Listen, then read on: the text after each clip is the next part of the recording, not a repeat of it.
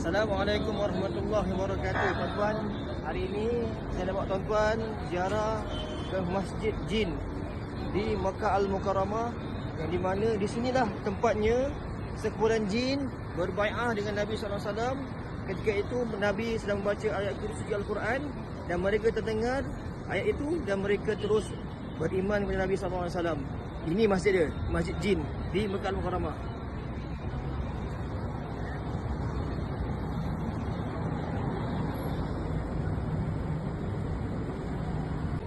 No.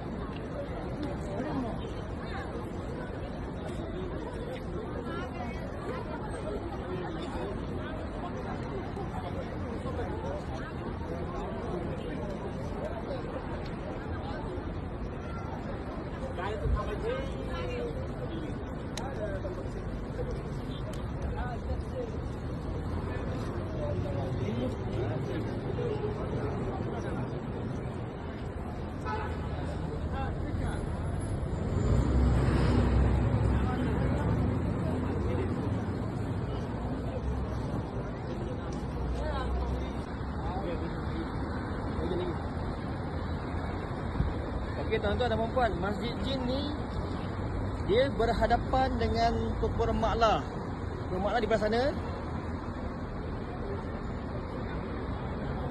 Mana Perkumpulan Ma'lah dan Masjid Jin berhadapan dengan Perkumpulan Ma'lah.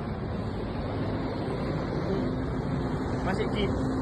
Dan depan Masjid Jin adalah Masjid Asy-Syajarah, Masjid Pokok. Nanti saya ceritakan apa sejarah dia, insya-Allah.